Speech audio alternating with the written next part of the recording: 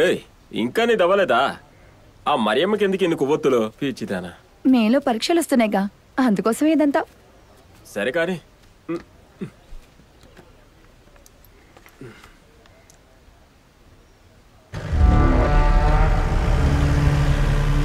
గుద్దేరా.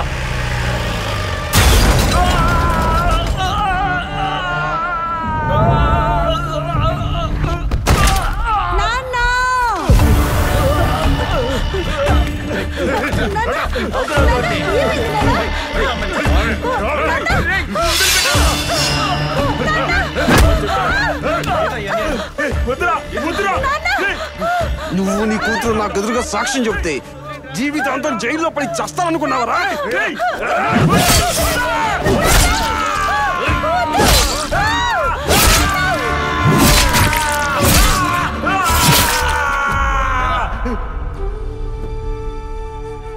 ఎందుకురా ఈ పరిస్థితిలో తీసుకొచ్చారు? చెప్తే వింటాడా? మాస్టర్ని చూడాలని మాతో పాటు వచ్చేసాడు. మరి ఇండియాకి ఏషియన్ మెడల్ తీసుకొద్దాను లోపలికి వెళ్ళాను. ఎలా ఉన్నా? పాప ఎలా ఉందిరా? తన కౌన్సిలింగ్కి వెళ్తుంది. మాస్టర్ ఏ చిన్నపిల్లల ఏంట్రా ఏడుపు? పద బండికి పదరా, పదనరా వెళ్దాం. నిదానంగా.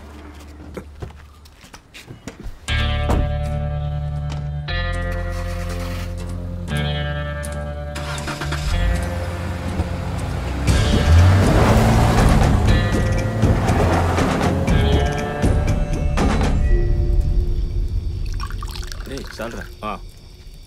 ఏంట్రా ఎలా పోసావు? నరికింది బదులుకు బదులే కదా. టపాసు జేవియర్ చచ్చిపోతాడని మనకు తెలియదు కదా. అందుకే కదా మొన్న అన్నయ్య జైల్లో వేసింది.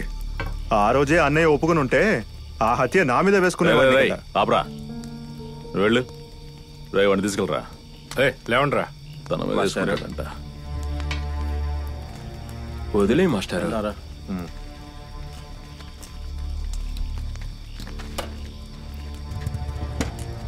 మనోజన్న, నువ్వు రావట్లేదా? లేదురా, మీరు వెళ్ళండి. నేను మాస్టర్తో ఉంటాను. పోరా, పాప ఒంటరిగా ఉంటుంది. వెళ్ళు.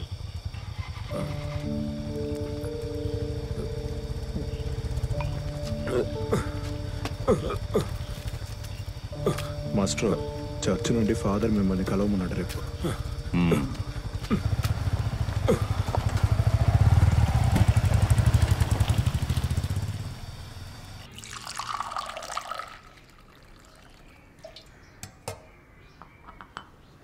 ఓ మాతా, ఆ టపాసుల జేవిని నువ్వు ఎందుకు చంపావో ఇక్కడ అందరికీ తెలుసు. నువ్వేం పట్టించుకోవద్దు. వాడు మనోజ్ కాలు నరికేయడం వల్ల కొన్ని రోజులకి వాడిని కూడా పడుకో పెడదాం అనుకున్నా. వాడు చస్తాడని నేను అనుకోలేదు. రేయ్, వాడు చావవలసిన వాడేరా, కానీ నీ చేతిలో చావడమే నాకు దిగులుగా ఉంది. పోతే జేవియర్ భార్య జెస్సీ ఈ కేసులో ప్రధాన సాక్షి. అది జీఏ చెప్పాడు, కానీ అక్కడ ఎవరూ లేరు. లేదురా, తను చూసింది. ఆ విషయం స్వయంగా నాతో చెప్పింది.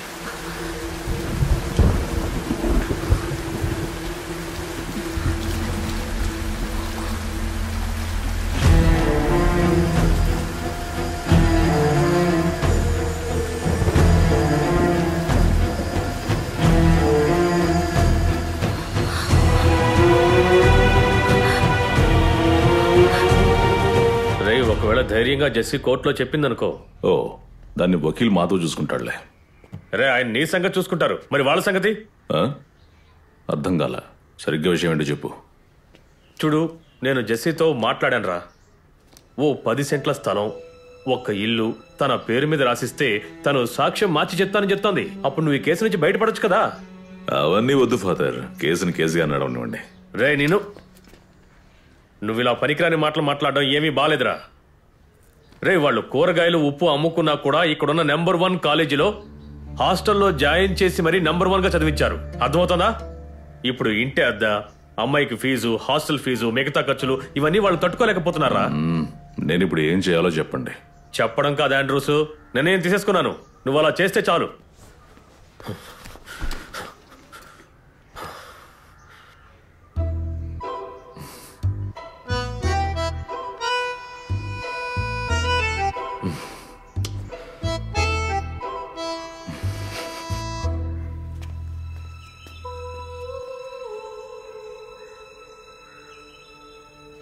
ఆంటనీ, కోర్టులో సాక్ష్యం చెప్పాక ఈ పేరు మార్పిడంత పెట్టుకోవచ్చు కదా.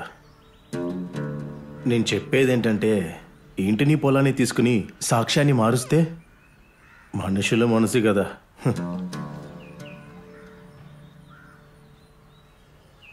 మరేం పర్లేదు, వాళ్ళు ఏం చేస్తారో చేయనివ్వండి, ఇచ్చేద్దాం. సరే.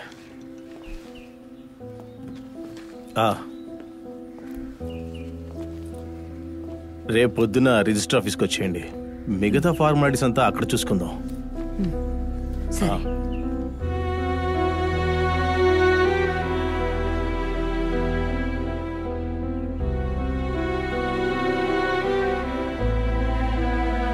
జెస్సీ,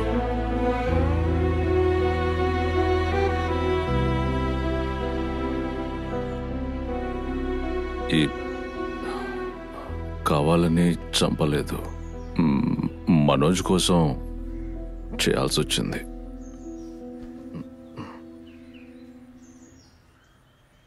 మంచిది.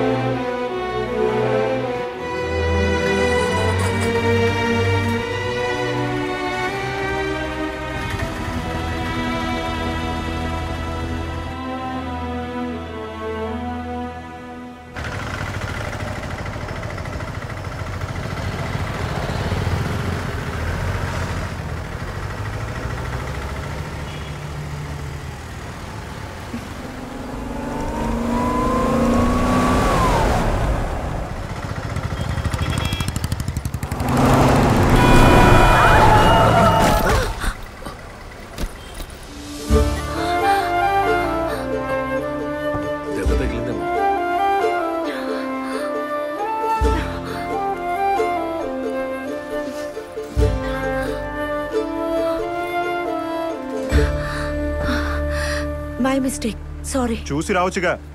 ఏ వదిలే, సారీ చెప్పిందిగా.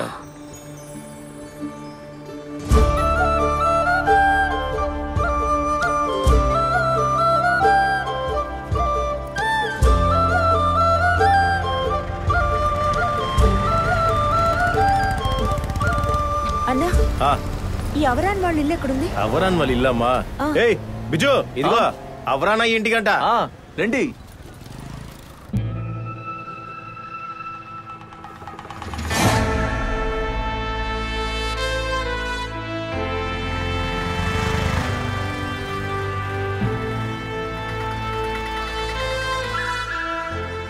రే వర్గే,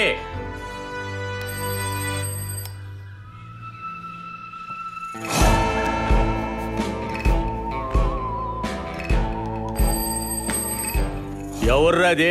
అయ్యగారు, నేను బిజుని. ఏంట్రా? హోమ్లెస్ ని తీసుకొచ్చాను. ఆహా, అప్సరసా ఏంటి? అప్సరస కాదు, ఇంద్రలోకపు దేవత. నువ్వు గట్టిదానివే కదే. పుట్టినప్పుడు అందరూ దేవతలుగానే పుడతారే, తర్వాతే దెయ్యాలవటం భూతాలవటం. అరే బిజుగా, నువ్వు తర్వాత కొంచెం వచ్చా కార్ స్టార్ట్ చేయరా. సరే అయ్యగారు. నీ పేరేంటమ్ముడు? మాయా. మాయా? అప్పుడు చూడవలసిన అవసరం లేదు. నీ వయసు 32 సంవత్సరాలు అయి ఉంటది కదా. అదేలే తెలిసింది. యేసుదాస్ గారు పాడిన పాటలు ఒక్కొక్కటి వేసి చూపించు, నేను చెప్తాను ఆయన ఏ పాట ఏ ఏ వయసులో పాడాడని. నువ్వేం చేస్తున్నావు? మీరు చెప్తుంది విని నేను నవ్వుతున్నాను. ఇక మీద నవ్వేటప్పుడు గట్టిగా నవ్వాలి, అప్పుడే నాకు ఈనపడుతుంది. రా, ఇదిగోండి. ఇదెందుకే పడైవే, నువ్వే నా చేయి పట్టుకొని తీసుకెళ్ళావు. జాగ్రత్తగా. అలాగని నేను ముసలాడైపోయానని నువ్వు అనుకోమాక. నీకు తెలుసా, వయసులో ఉన్నప్పుడు ఎవరు నన్ను చూసి ఇలా నవ్వేవాళ్ళు కాదు, భయపడేవాళ్ళు. అవరాని ఊర్లో రాజాలాగుండేవాడిని, రాజాలాగా. నవ్వు కాదు కదా, ఇంత శబ్దం కూడా ఎవరి నోట్లోంటి వచ్చేది కాదు. ఈ సిటీకే నా పేరే అవరాన్ సిటీ. ఎగతాళిగా నవ్వేటప్పుడు గట్టిగా నవ్వక. ఆన్ చేయి. ఎవరు? యాంటోనీ. ఇటు ఇటు. ఏంట్రా యాంటనీ, జైలు నుంచి వచ్చినాక అడ్రస్ లేవు? అదే నేను అక్కడికి బయలుదేరే ముందే సిఐ నాకు ఫోన్ చేశాడు. నన్నేదో చూడాలంట. కొత్త కేసా? తెలీదే. అనవసరంగా నీటిలో తల దూర్చక. లేదు, అదిగో వచ్చినట్టున్నారు. మళ్ళీ చేస్తా.